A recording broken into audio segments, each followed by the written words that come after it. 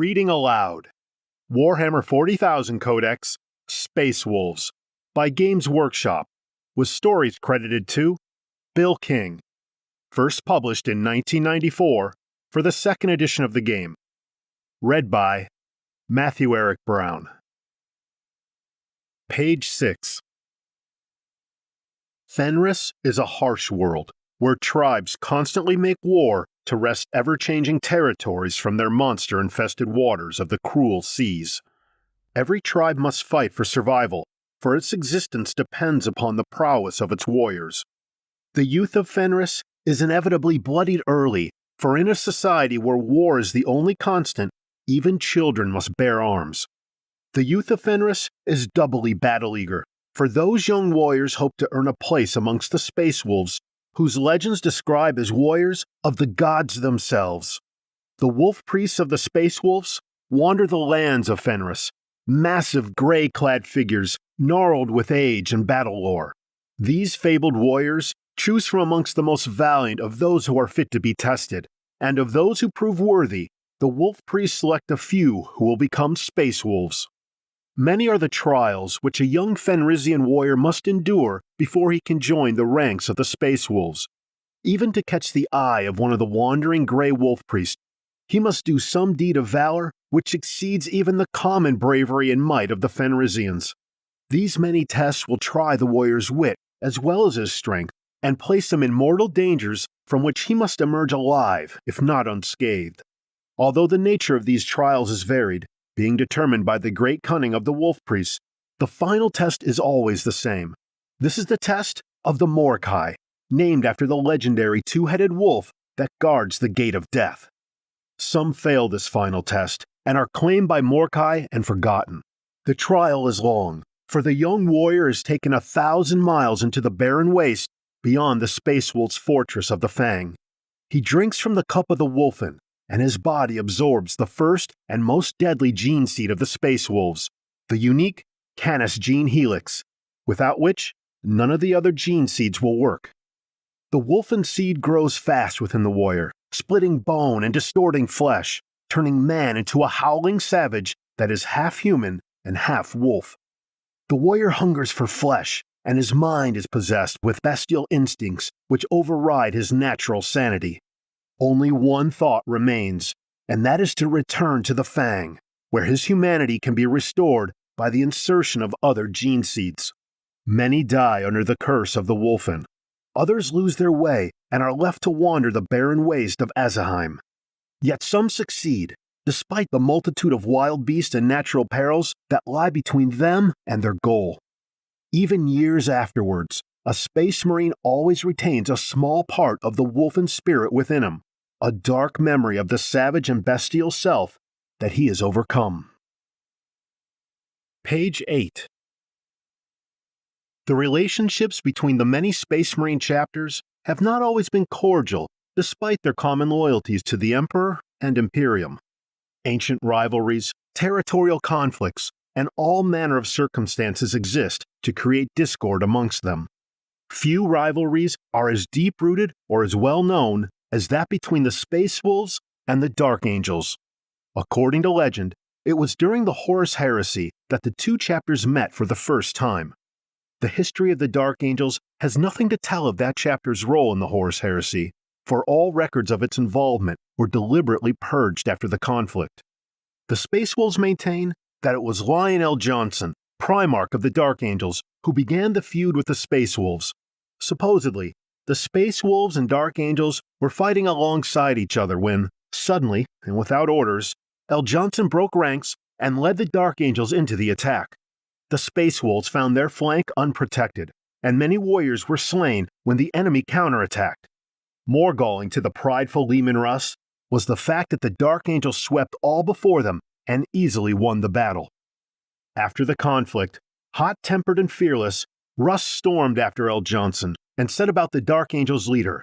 After a long and close-fought battle, the two Primarchs collapsed with exhaustion, each swearing vengeance upon the other. Thus began the long and bitter feud between the two Primarchs, which never really ended, and which continues to this day after a fashion. It is claimed that the two mighty Primarchs eventually became accustomed to these personal battles, growing to respect each other and even becoming great friends.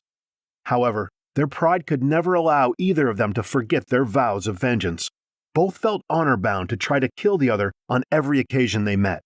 Though terrible wounds were suffered by both, it was probably to their mutual relief that neither succeeded in slaying the other.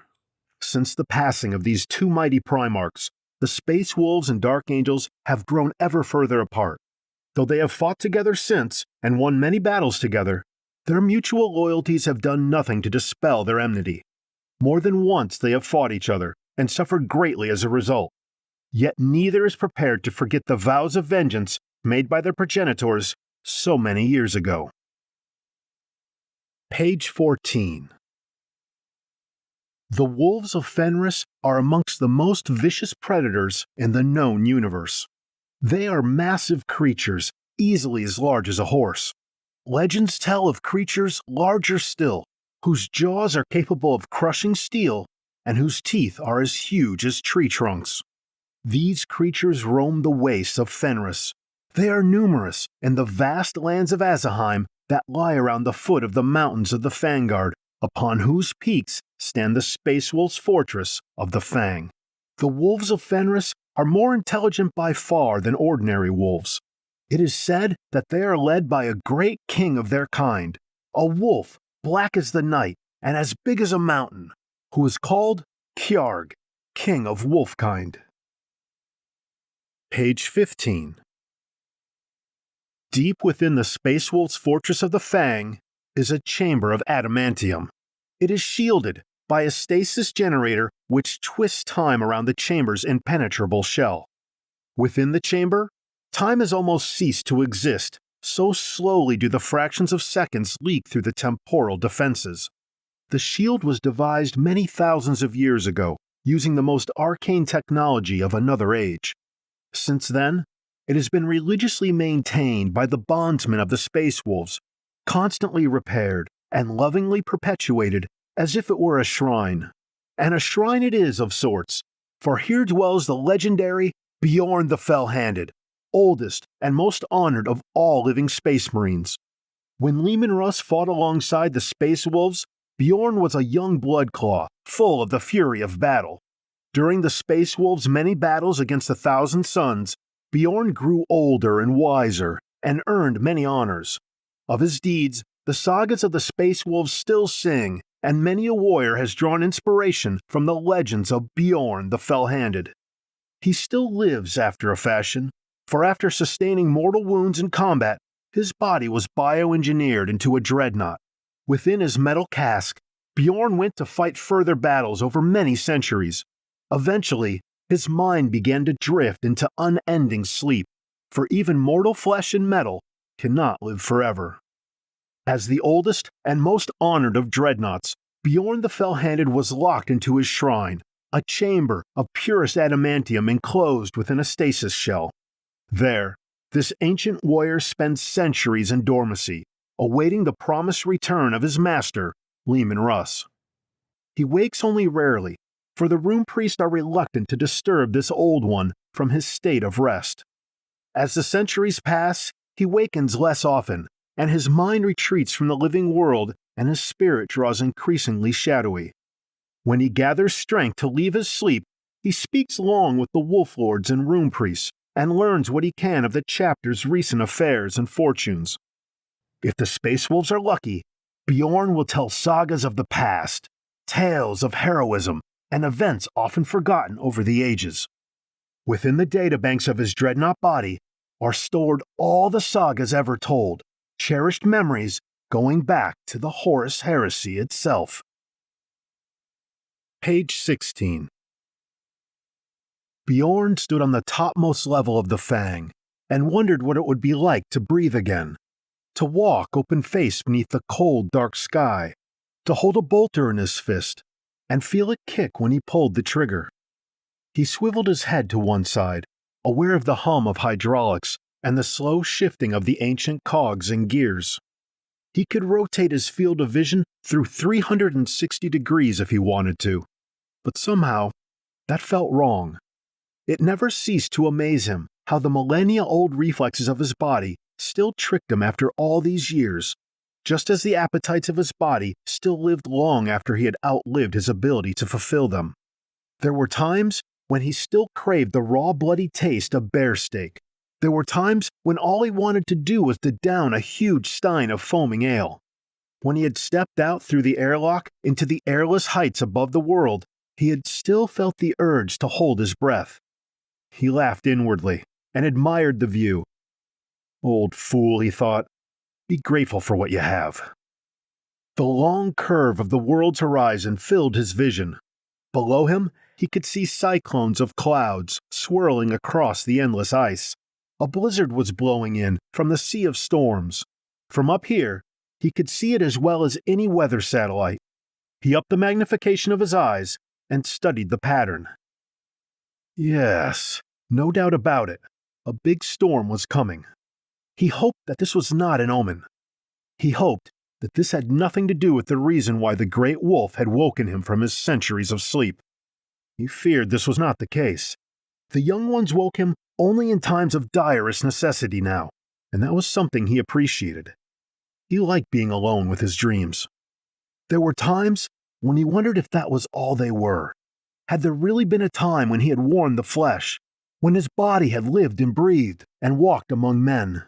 Had he really once watched Russ stand on the ice plains of Skagerrak and command his roaring host of warriors to board those gleaming silver starships? Had he really fought his way right across the galaxy from Fenris to distant Earth during the dark days of the Horus Heresy? There were times when some of those long-gone memories seemed little more than fever dreams. Yet, there were some memories that still burned as bright in his memory banks as the day when they happened.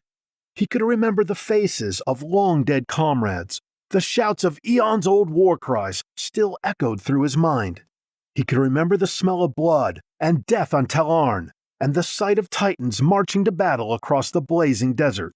He could remember the burning of Prospero and the flight of the Thousand Suns. He could remember the ruins of Earth and the mangled form of the Emperor being placed within his golden throne by Rogel Dorn. He could remember things that were only legends to those who live today. But mostly what he remembered was Russ, his Primarch, the roaring, roistering giant he had followed across 100 worlds in those ancient days. By all that was sacred, had there ever been another such man? He doubted it. Russ had been a giant, and there were no more giants left. It seemed impossible to believe that such a one as Russ could die. He had burned with life and power and pride. Bjorn did not believe he was dead. The power of the Primarch transcended mere mortality. He knew that somehow Russ would defy time and come back to the Fang one day. He felt the airlock door open behind him and watched the escaped air cloud crystallize. Droplets of moisture condensed on his carapace and ran down his faceplate like tears. He turned and looked at the open door and saw the towering figure of the rune priest that waited behind the transparent inner lock. The man looked gnarled and ancient beyond words. Bjorn found it hard to believe that the priest had not yet been born when he last had woken. With powerful mechanical strides, he walked back towards the airlock and stepped inside. The door hissed shut behind him. Cloudy air filtered into the chamber. The transparent inner door slid open.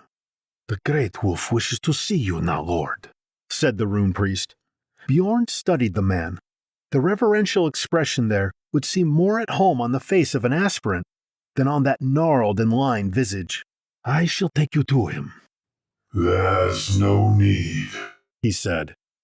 "I know the way." Filled with ancient confidence and power, he strode through the halls of the Fang like the still-living ghost of ancient days. Page 43.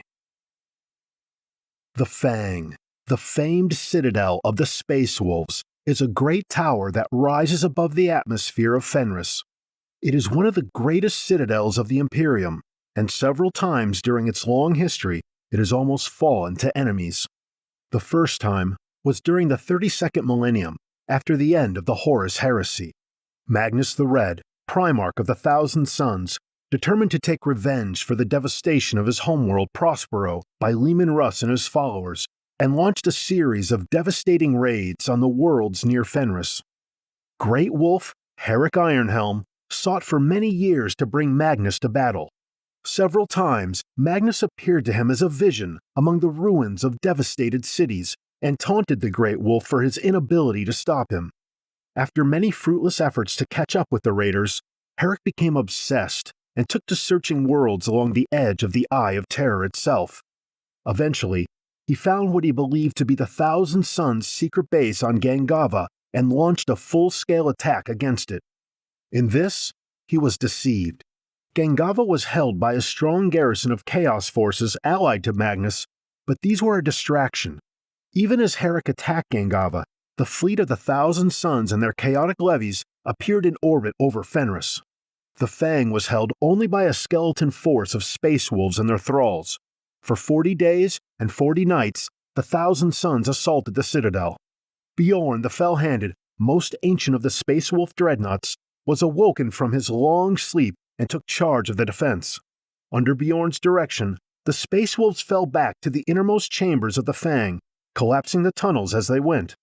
Simultaneously, a force of scouts, under Harkon Blackwing, managed to escape the Citadel and take ship to Gangava, bringing word of the siege to Herrick.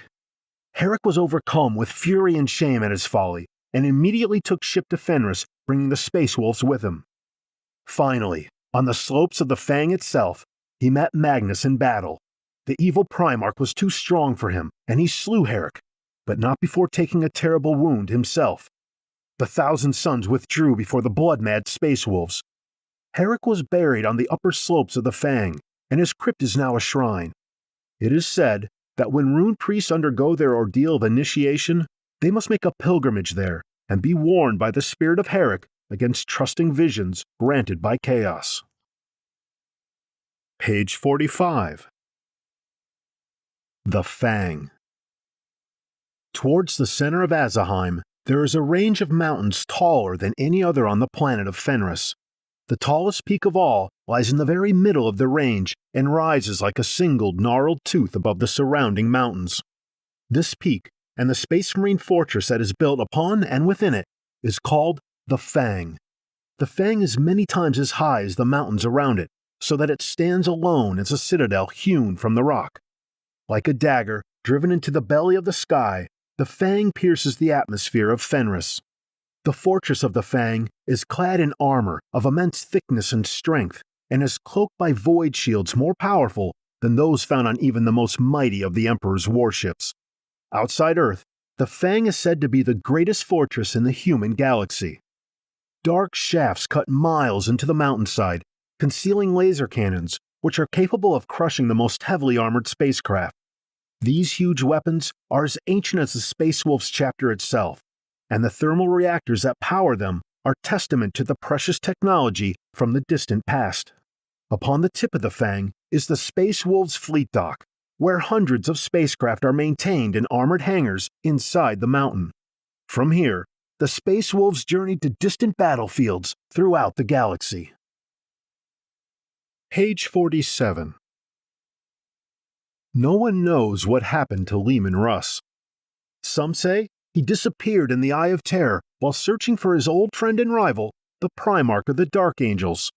Some say that he was on a secret mission from the Emperor when he was slain in battle with the greater demon of chaos, and that his spirit is lost in the warp.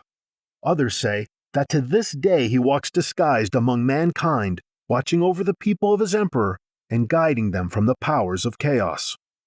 All that is known is that he vanished on the Feast of the Emperor's Ascension in the year of 197, after the Emperor was incarcerated within his golden throne.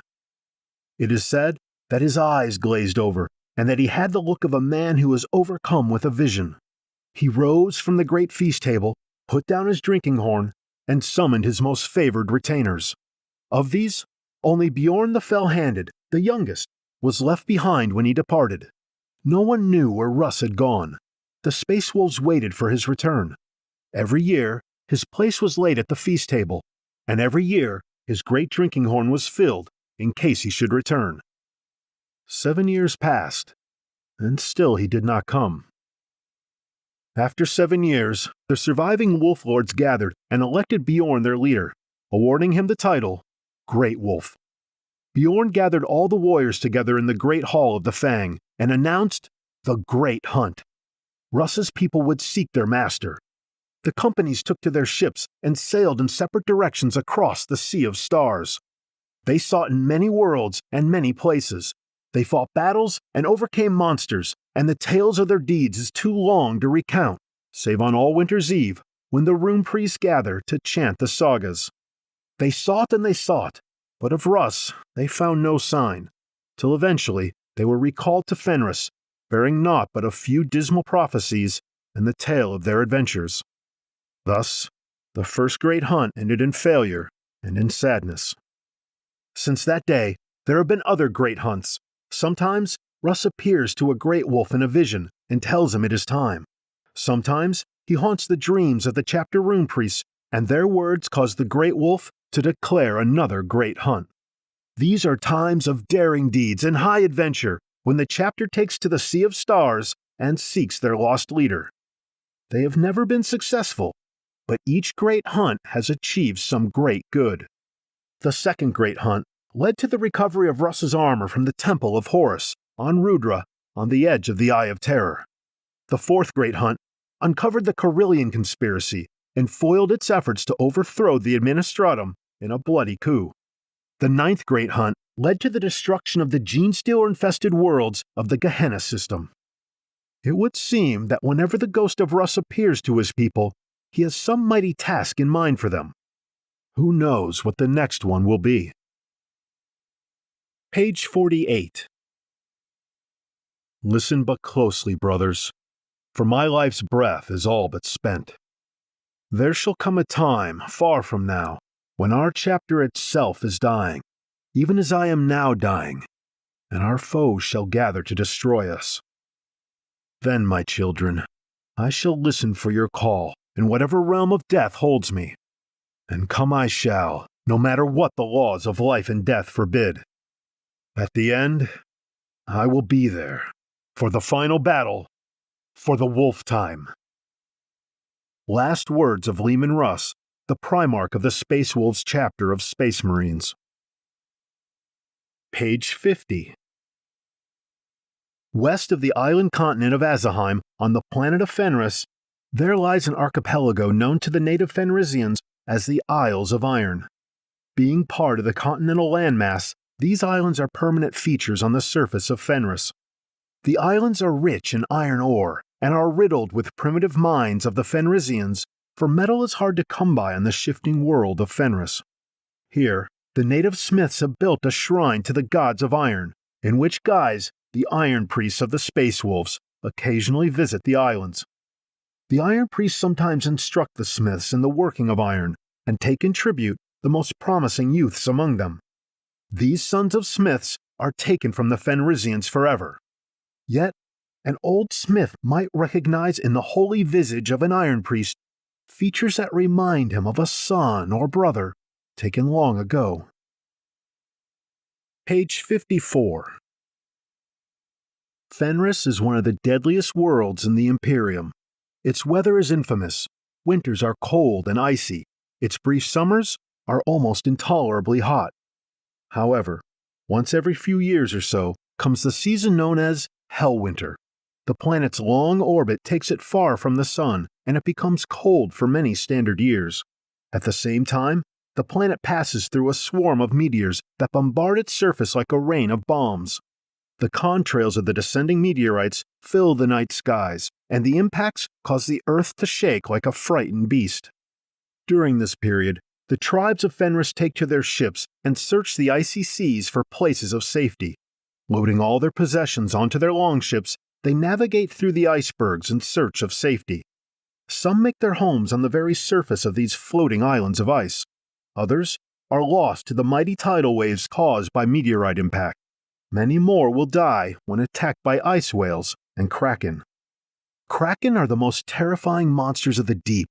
They come to the surface only during Hellwinter, which is just as well, for a full-grown Kraken can measure as much as 5 miles long, with tentacles that drag a full 20 miles.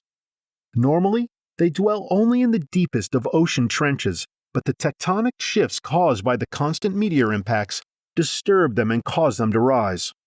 Some have speculated that the Kraken are the remains of a Tyranid bioweapon left from the invasion of Hive Fleet Kraken, hence the name. Others say that these monsters are as old as the world, and that they gnaw at the roots of the continents and will one day devour all the land. One of the most ancient tales of Russ tells how he went fishing one day and caught the father of Kraken, the legendary monster whose tentacles girdle the world and hold entire continents in their grip. Russ is said to have pulled the monster from the sea, lifting it by its tentacles. When his awed comrades shuddered in terror, Russ declared it was too small and threw it back, declaring he would return later, when the tiddler was full grown. Imperial scholars think that this story is mere legend, but with a core of truth. Russ may have encountered a Kraken and killed one. It would not have been beyond the power of a Primarch such as he. Indeed, this Kraken may be the source of the so-called Kraken's Egg, a giant, leathery piece of flesh more than 50 foot across that lies within the trophy room of the Fang. Page 60.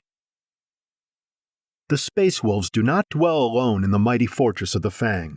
Like all Space Marine chapters, there are too few in number to maintain such a massive organization. There are numerous tasks that must be done just to maintain the Fang, continual updating of its fabric and weaponry, and the monitoring of its power grid and the thermal wells that draw heat from beneath the surface of Fenris. Like other Space Marine chapters, the Space Wolves keep a large fleet ready for war, and the Fang includes huge dockyards and all the facilities needed to equip and control the fleets. There are countless other things which must be done just to preserve the chapter in its continual state of readiness. It is hardly surprising that the Fang is home to a large population of the chapter's bondsmen. The chapter's bondsmen are loyal members of the chapter, although they are not Space Wolves. The ancestors of these warrior retainers came to the Fang many thousands of years ago. Some are descended from the Fenrisian warriors who may have been selected as potential Space Wolves, but who were judged unfit to endure the final testing. Such individuals are brought to the Fang to serve their masters in a more humble but equally vital capacity. Every Grey Company has its own retainers, and the Great Wolf himself has the largest number. Most of the spacecraft crews, drivers, and the warriors who man Fenris's defenses are bondsmen of this kind. When the chapter goes to war, it is these retainers who keep the Fang running and defend the planet against attack. Page 66. Logan Grimnar, bloody-handed warrior. He piles the skulls of his enemies. He builds a mound of the fallen. His foes weep rivers of woe. Logan Grimnar, the strong wolf of the pack. His sword hungers for red flesh. His guns thirst for battle. He laughs amidst the battle din. Logan Grimnar, father of wolves. His sons hunt his enemies, slay them where they falter, and bring their pelts to Fenris. Page 68. Bjorn the Fell-Handed is the oldest living creature on Fenris. He is almost as old as the Primarchs of the Chaos Marine chapters, and they are the oldest known living things in the galaxy, with the exception of the Emperor himself. Bjorn walked at the side of Russ himself, and was the first Great Wolf of the chapter after the Primarch disappeared. He led the Space Wolves on the first great hunt, the chapter's epic but fruitless quest to find Russ, and it was he who reluctantly gave the order to cease the hunt when it became obvious that Russ was not to be found. As the first Great Wolf, he was instrumental in resisting the attempts of the newly created Administratum to force the Space Wolves to accept the dictates of the Codex Astartes, even going as far as to threaten to rebel if the Administratum persisted. Such was the fragile state of the fledgling Imperium that the Administratum withdrew its demands. Thus was the unique nature of the Space Wolves preserved. Bjorn's heroic career as a Great Wolf was cut tragically short during the Proxima Rebellion, when he heroically led a raid to free brother Space Wolves trapped in the embattled Dread Sun Fortress. The raid was successful, but Bjorn suffered so many wounds that he was left paralyzed and crippled, and not even the best efforts of the wolf priest could save him. Eventually, what was left of his shattered body was transplanted into a dreadnought. For the next 500 years or so, Bjorn was constantly in the forefront of battle whenever the Space Wolves fought. He distinguished himself on Algo 9 when he slew the demon Thransaba and saved the planetary governor from sacrifice. On the desert world of Quaran, he slew the orc warlord Makrima and thus broke the Wa Makrima. On the hive world of Thranx, he slew the rogue psyker Vornalan and thus averted a terrible rebellion. Slowly, though, the years took their toll on this proud and ancient warrior, and he took to spending longer and longer periods dormant in stasis sleep. Given his exemplary record and long history of dedication to the chapter, his fellow Space Wolves left him undisturbed. Since then, Bjorn has been lovingly maintained by the Iron Priests of the chapter, and is revered almost as much as Russ, as a living link with the chapter's distant founding.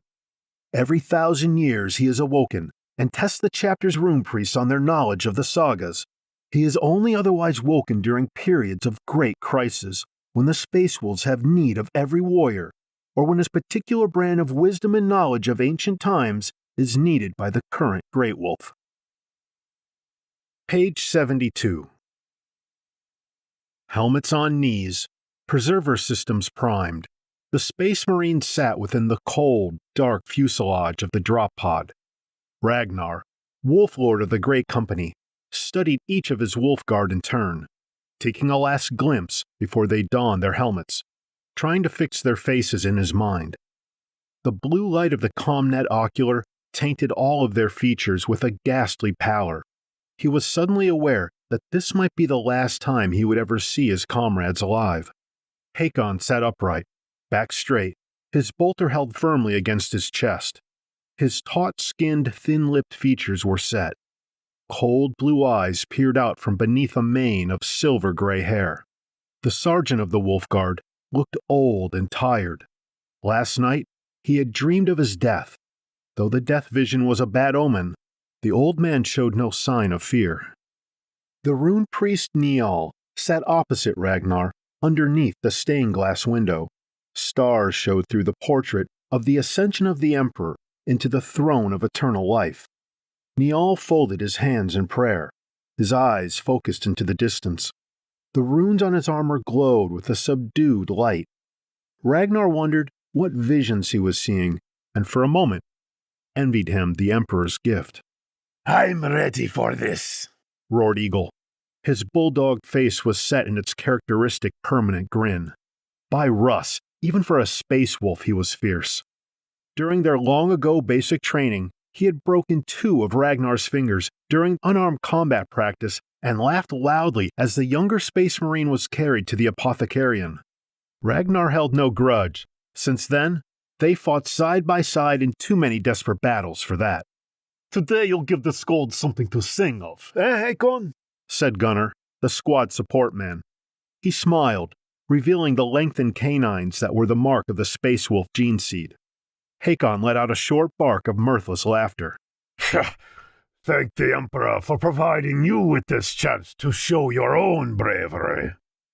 "He'll prove his courage soon enough," said Eagle. Gunnar slapped a magazine into his weapon. "Don't worry, Eagle. I shall see that you're safe." Gunnar was the youngest of the Wolf Guard, and its most recent member. He had been called to Ragnar's personal service after slaying 3 gene stealers in hand-to-hand combat on the Space Hulk, Sin of Damnation, and pulling a wounded comrade clear. Like the others, he showed no sign of a hangover, though last night he had quaffed a tremendous amount of ale. "Look after yourself," said Eagle. "You still owe me 2 flagons from our last arm wrestling match." Gunnar clapped Eagle on the shoulder of his gleaming armor and laughed. "After today, I shall pay you in full." "It would be just like you to get yourself killed to avoid paying your debts." There was a tension in the air, despite the humor. Ragnar could feel it. They all knew that this drop might be their last. "Final invocations," Ragnar ordered. Each Space Marine fell silent as he concentrated on the prayers necessary to activate his armor. Ragnar knew that his suit was well maintained. He had carried out all the rituals himself, washing the armor with the scented oils while intoning the litany against corrosion, checking the pipes of the rebreather with colored smoke from an autosensor. He touched each command rune in turn, once again made suddenly aware of how much he relied on this armor for protection. Its ceramite carapace shielded him from heat and cold and enemy fire. Its autosensory systems let him see in the darkness. Its recycling systems let him breathe in hard vacuum and survive for weeks in the harshest of environments. He fitted the CommNet earbeat into place and checked the position of the speaking circlet over his larynx. He bowed his head and prayed that the ship's tech adepts had taken as much care of their equipment as his own bondsmen would. Once on Darine's surface, it might prove his only means of communication with his company.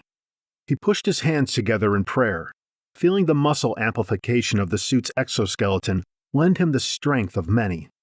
He closed his eyes and let the pheromone traces of his companions be picked up by the suit's receptors.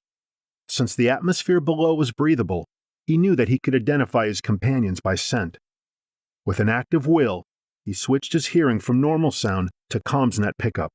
The sub-vocalized activation litanies of his companions rang in his ears, interspersed with the comms chatter of the ship's crew. "Helmets on," Ragnar said. In turn, the Space Marines donned their protective headgear. One by one, each gave the ancient ritual thumbs-up sign. He felt the click of the helmet lock as it slid into place. Targeting icons appeared in his sight underneath the Gothic script of his display. All the readouts were fine. "All clear. The Emperor is served," Hakon said. The others in turn gave the same response. "The blessings of the Emperor upon you. May he grant you strength," Ragnar replied. There was a hiss as the drop pod depressurized. The external temperature dropped sharply. A frost blue icon flashed for 3 heartbeats to indicate a lack of air pressure. There was another click from the neckband of the armor. Ragnar knew that his helmet had locked into place and could not now be removed until his suit had checked the atmosphere and found it safe for breathing. There was a faint kick of acceleration. For a moment, Ragnar felt weightless as the drop pod left the artificial gravity field of the Hunter of Fiends. A fraction of his normal weight returned as it sped away. In the view monitors, the Hunter showed first as a vast metal wall. As it receded, the turret studding its exterior became visible. Then the whole ship slid into view, from winged stern to dragon-beaked prow. The sheer size of the vessel was obvious from the hundreds of great arch windows, each of which was as long as a whaling ship and taller than a mast. Swiftly, the Hunter of Fiends dwindled till it was lost amid the stars, just one point of light among many. As it did so, the alien world swelled ominously in size below them. Somewhere below was the enemy. Soon, they would face the Tyranids. The drop pod touched down. Ragnar ceased praying and opened his eyes. He hit the release amulet of the restraining straps and rose swiftly. "Squad disperse." Ragnar's voice was clear and calm over the comlink. The walls of the pod opened like the petals of a fast-blooming flower. Air rushed in, misting as it hit the chill within the craft. The Space Marines leapt clear. Ragnar touched ground, glancing around swiftly to orientate himself. His gaze took in the clearing, and the trees, and the nearby buildings. He checked the sky. Other pods fell groundward, dropping like the spores of some giant alien plant. So far so good, he thought, rising to his feet and sprinting for the nearest cover. The ground felt soft and spongy under his feet. Out of the corner of his eye, he caught sight of something big, moving fast through the nearby trees. It pointed the nozzle of a large weapon at him. Reflexively, Ragnar sprang to one side as shards of shrapnel chewed up the ground where he had just been. He rolled to his left, raising his auto-targeting bolt pistol. Acid fumes steamed from the small crater on his right. The wolf's head icon of the targeter blinked red, black, red inside the faceplate. He squeezed the trigger. A bolter shell whizzed towards the target. A roar of pain echoed throughout the forest. Not pausing to see what had cried or whether his target had dropped, the wolf lore rolled into the cover of the purple bushes. He looked around, checking to see if any of his men were hurt. Eagle sprinted towards the margin of the clearing. His howling war cry echoed over the CommNet. His bolter snap-fired 3 times. Explosions kicked up dirt at the forest edge. Small reptilian creatures scuttled for cover away from them. Ragnar snapped a shot off at one. Its head came apart as the shell struck home. Next to the drop pod, Gunnar stood firm, legs apart, the heavy missile launcher braced with both hands. Flames spat from its muzzle as the weapon spoke. For long seconds the rocket thundered, then, with a crash, hit its target. A great tree listed to the left as the force of the explosion toppled it. Giant forms lurched from the precarious safety beneath its branches. He saw them clearly now. They looked like dinosaurs. Their heads were large and bulged back, horny carapaces protecting a large brain case. Their ribs were the outside of their bodies, like the exoskeleton of an insect. Internal organs were clearly visible. Ragnar saw lungs pulse with breath, and exposed hearts beat beneath them. Each monster had 4 muscular arms, 2 of which terminated in long claws, the other 2 of which clutched strange, fleshy rifles or wicked-looking blades. Long legs ended in hooves and raised them over twice Ragnar's height. A stinger curled between their legs. The shape of the creatures was all organic curves and exposed innards. It reminded him of gene stealers, but he recognized them as something even worse. Tyranid hive warriors. Niall the rune priest howled a challenge. A nimbus of light flared around his head. The runes on his staff blazed, and from the weapon's tip leapt a bolt of pure psychic power. It touched a Tyranid and flowed round it. The thing's ribcage was torn apart, and its lungs splayed out of its back like obscene wings. Hakon leapt forward through the spray of alien blood and chopped another down with a sweep of his chainsword. A high-pitched rasping whined up the scale into the ultrasonic as the sharp blades whirred against the exoskeleton. The disgusting smell of friction-heated bone mingled with the alien taint of the air. Another monster loomed over Hakon. In its claws, it held 2 vicious blades of razor-sharp bone. Ragnar took careful aim and snapped off 3 shots. Near simultaneously, Eagle's bolter stitched lines of fire across the Tyranid's chest. The creature fell, torn almost in 2 by the hail of fire. Hakon stepped over its fallen form and drove his chainsword through the ribcage of the creature following. The chainsword ripped through soft organs. As it fell, the thing brought its weapons forward and down. Desperately, Hakon parried one blade with his chainsword. The other slashed into his arm, cleaving hard ceramite in 2. Blood spurted from the gash. Hakon fell backward, clutching the wound. A pack of small creatures closed over his recumbent form. The hive warrior lay twitching beside him. The wolf lord drew his customized chainsword and leapt into the fray. He covered the distance to the melee in 4 long strides and lunged into close combat. Ragnar held the blade in both hands and swept it through a huge figure of 8. Impact jarred his arm as the weapon cleaved through the foe. The termagants leapt back, hissing and snarling. With a mental impulse, Ragnar slid the claw blades from his boot and lashed out with a kick, slashing the throat of one of the beasts. They retreated still further. The fallen Tyranid stirred, reached out, and tried to grasp him with its claw. They tightened painfully around his leg as he watched the thing reach for its swords. The pressure on his leg was immense. He could feel the strain on the ceramite of his armor. With an effort of will, he moved his leg.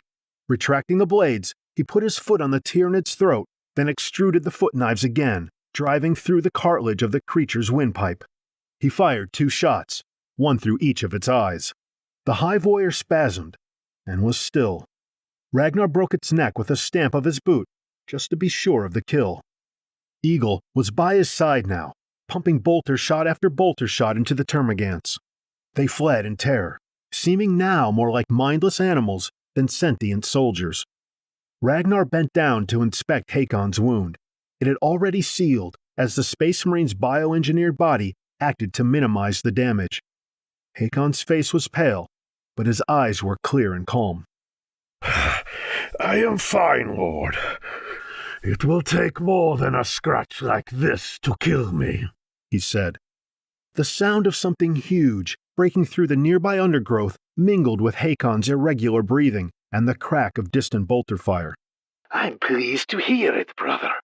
Now might be a good time to test this theory.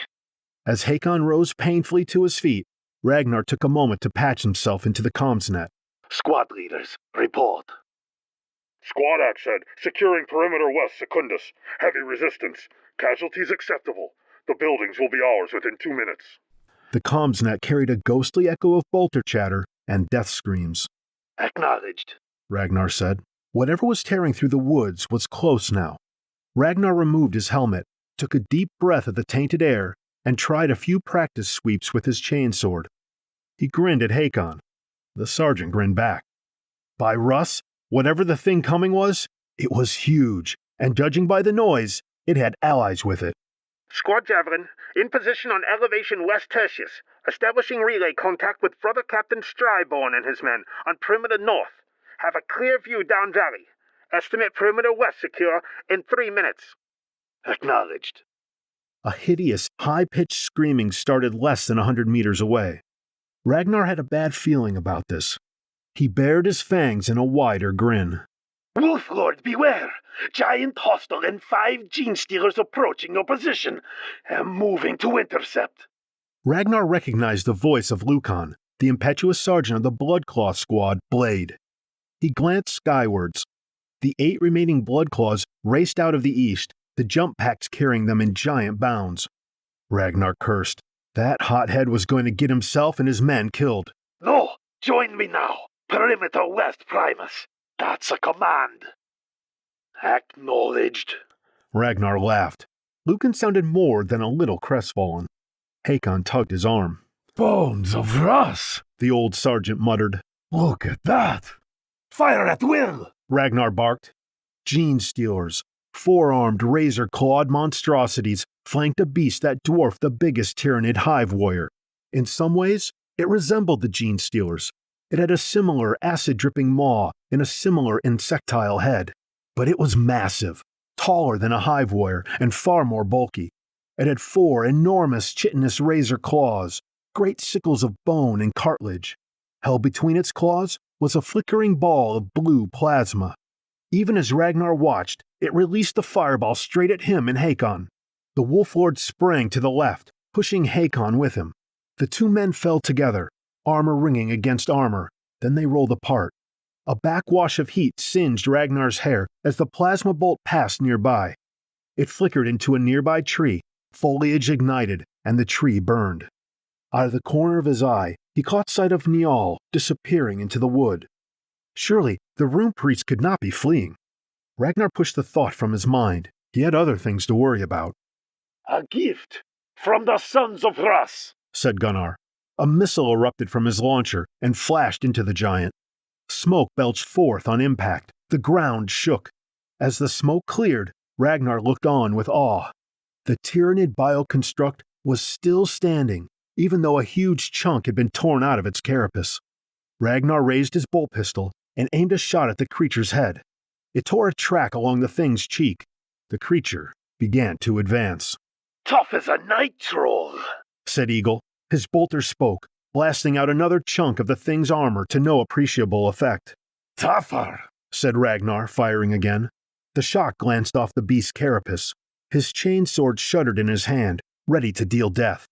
The lumbering monster came on, building up momentum, its charge seemingly unstoppable.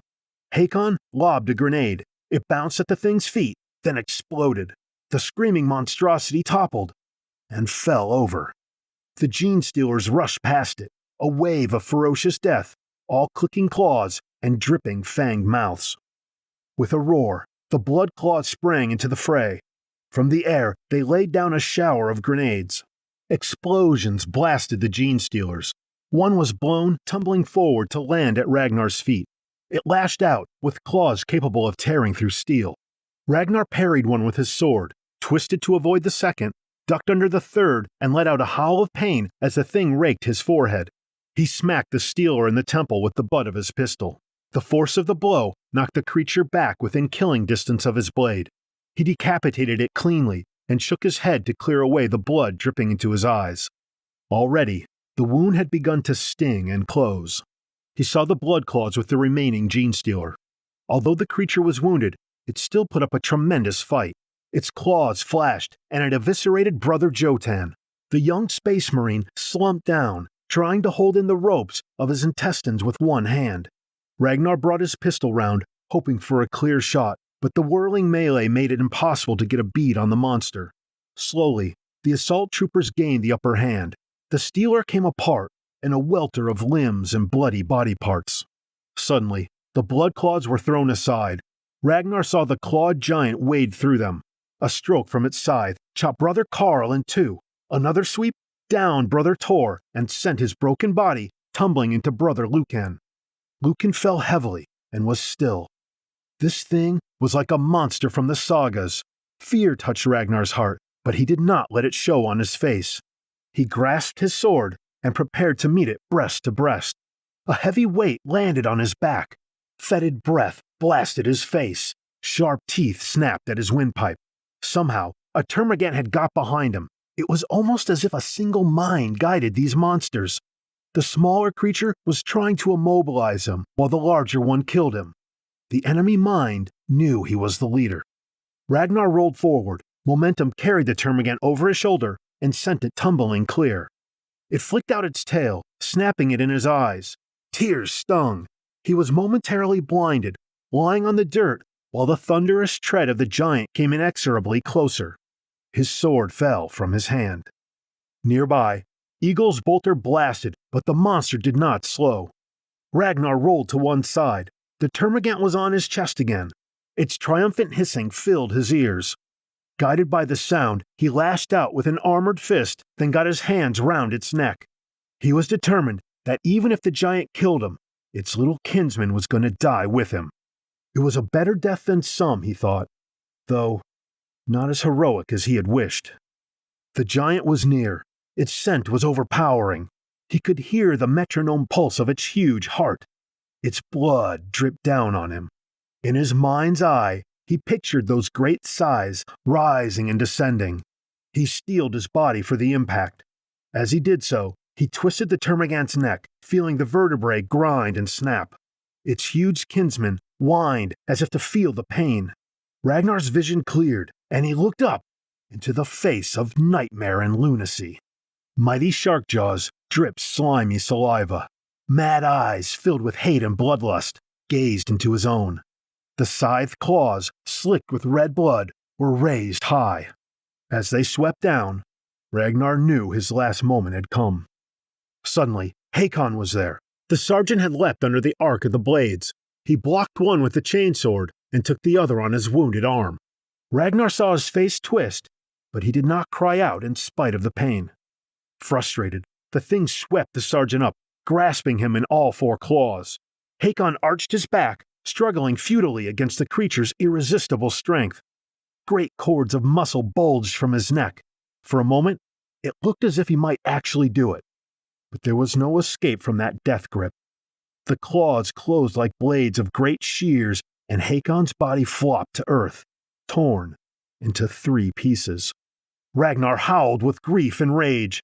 He threw the termagant from him and surged to his feet. Once more, he stared into the creature's eyes. "And now you die," he whispered, his hand clutching for a crack grenade. He leapt upward, catching one of the creature's arms and pulling himself up one-handed. In a heartbeat, he was level with the thing's face. He thrusted his fist right into the monster's gaping jaw. He pushed the detonator on the grenade, placed his feet on the beast's enormous chest, and kicked out, boosting himself away. The ground rose to meet him. The bemused giant lumbered forward. For a moment, Ragnar wondered if the grenade were defective. Then the monster's head exploded, showering him in brains and mucus. For long seconds, its body stood upright. Then it toppled backward to the loud cheers of the Space Marines.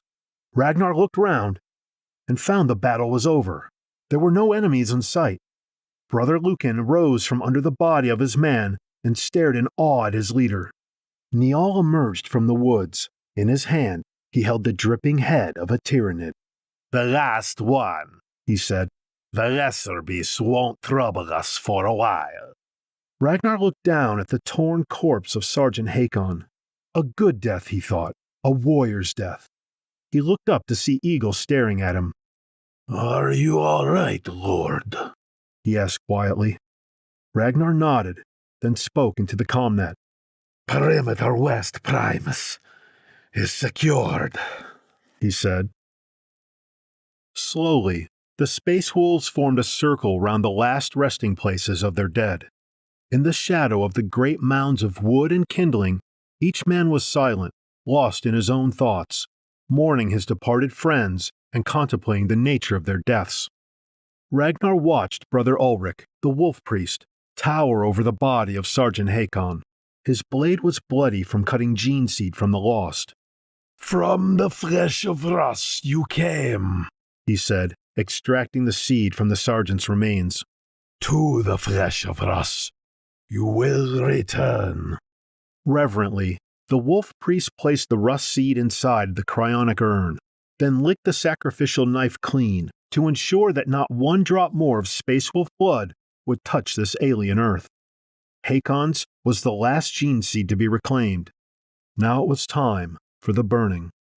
Ulrich stood within the circle of pyres and raised his arms high above his head. All eyes were now fixed upon him. Look for the last time upon the faces of your brothers, said the priest. Do not mourn them, for they died bravely. They lived as men and died as men, and now their spirits are within the halls of the Emperor. No warrior can ask for more. As one, the circle of Space Marines turned and began to march around the pyres so that every man could look upon each of the dead in turn. Ahead of Ragnar in the circle was Lucan. Behind him was Gunnar. He was part of the living chain. During the burning, there was no distinction between leaders and men, between blood claws or grey hunters or long fangs. All were made equal by loss. As they marched, Ragnar looked first on the face of Hakon. Memories flooded back. He could remember being awestruck as he had followed the sergeant into battle for the first time. Then, Ragnar had been a bloodclaw, and Hakon had been a wolfguard assigned by Lord Beric to keep them out of trouble. The sergeant had pulled Ragnar out of the wreckage of a blazing rhino and blasted a clear path to cover for them through the teeming orc horde. Hakon had been calm, methodical. He had restrained Ragnar and Eagle when they had wanted to make a suicidal charge at the Lungbursta and then lobbed a grenade down its turret himself. Ragnar could remember all of it, as if it had happened this morning. Hakon had always been good with grenades, Ragnar thought. Ragnar looked on the face of Brother Jan, the Iron Priest, pulled down by gene stealers while defending his war machines. The enigmatic brothers of the Iron God had removed all the sacred relics of the machine cult from the corpse. Jan's metal hand was gone, and his metal eye had been removed. They would go to his successors. The cyberlink nodes on his neck were sealed. Ragnar had not known the man well. The Iron Priests were a breed apart, taciturn, sober, lost in the intricate mysteries of their eons-old cult. Yet Ragnar knew that Jan had been a good man, and he felt a sense of loss. The Iron Priest may have been part of a different cult, but he had died as a space marine, and he would be burned as one. He gazed upon the scarred face of the Longfang, Hrothgar. The man had been old when Ragnar was chosen as an aspirant. Hrothgar had been the first to call for Ragnar's summoning to the Wolfguard after the young Bloodclaw had killed an entire group of orc knobs and their boss in close combat. Lord Beric had listened to this trustworthy witness, then took Ragnar on a drinking session through the taverns of Avernus that lasted 3 days. After that, Ragnar was a Wolfguard. Then there was Karl, youngest of the Bloodclaws. He had barely been an aspirant when Ragnar became Wolflord.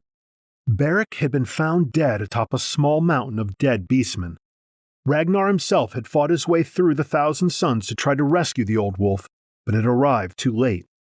By his action, Beric held the Chaos Worshippers off long enough for relief to arrive and preserve the sanctity of the Vault of Secrets. It had been a mighty death. Ragnar could remember Karl looking wide-eyed down on Beric's corpse as it had lain in state in the deepest caverns of the Fang. The boy had been enthralled by the tale of Beric's bravery and tried to emulate his feats since then. He would strive no longer. Tor lay beside his friend. Ragnar remembered the jokes the two of them had played on the older members of the company, their laughter and their gladness. No more of that.